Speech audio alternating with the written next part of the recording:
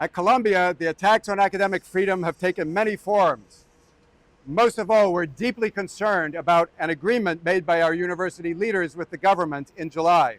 When we professors fight for our academic independence, we need to join with other allies, with students, with alumni, and with the community. Students and alumni all over the world ask me, why isn't anyone speaking out about academic freedom? Those of us who are speaking out on the first day of classes are here because the others are afraid to be here. We are speaking for those who are afraid to speak. It's a lamentable state of affairs, but know this, if we weren't powerful and necessary, they wouldn't be attacking us. I'm here today to defend academic freedom. It's actually because of my past life in conflict resolution, in peacekeeping.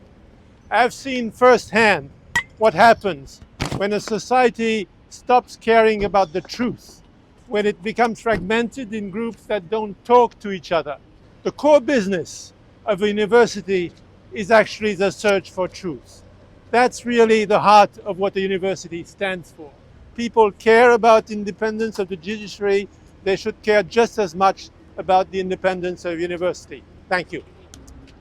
We will have to work together, my students and I, to manage a learning somehow in an environment in which there is a reasonable expectation that any form of protest or speech could, on a dime, be prosecuted administratively or perhaps by the state. For students, this has meant suspension, expulsion, and the threat of deportation. We find ourselves in an intensified culture of suspicion, surveillance, and prosecution, which is now being enforced by federal monitors and with open access to all manner of data. It feels very much like the policing of thought and the policing of community that has eroded and ruined a lot of great societies abroad that have become authoritarian, outright authoritarian, and which we, despite our pretense to exceptionalism, could as well.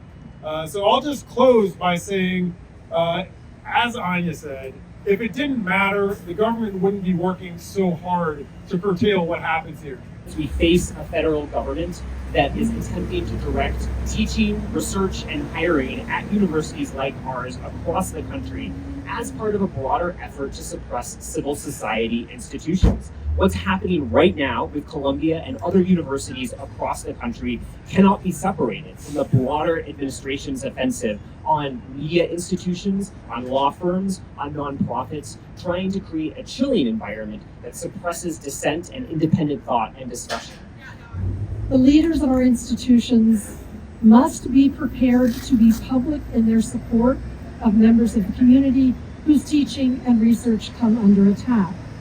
We are calling on those leaders to be brave and to be resolute and to join us in declaring without hesitation or equivocation, academic freedom is not negotiable.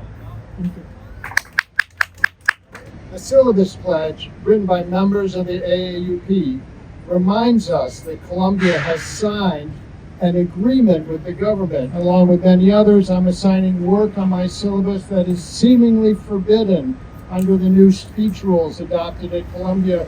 I'm here to say that even though our university has faltered in holding the line on protecting our mission, our faculty are holding that line and that we will not falter. Thank you. And now a brief message to my Uptown Medical Campus colleagues. If you think that all will be well for your research now that this agreement has been reached, I have bad news. For one thing, you have received permission to pursue federal grant funding in the context of massive defunding of science in general by the current administration. But the other problem is that you are highly unlikely to be seeing any new grants on topics that brush up against the Trump administration's antipathies. Proposals for research that have policy implications must, quote, demonstrably advance the president's policy priorities. Academic freedom is not just something in the air. They are dismantling systematically the structures whereby faculty had a voice, a major voice, sometimes the predominant voice, in issues like discipline, and especially in pedagogical issues. That power is being taken away from the faculty. That's part, in fact, of the capitulation of this university to Trump in the deal that was signed last month.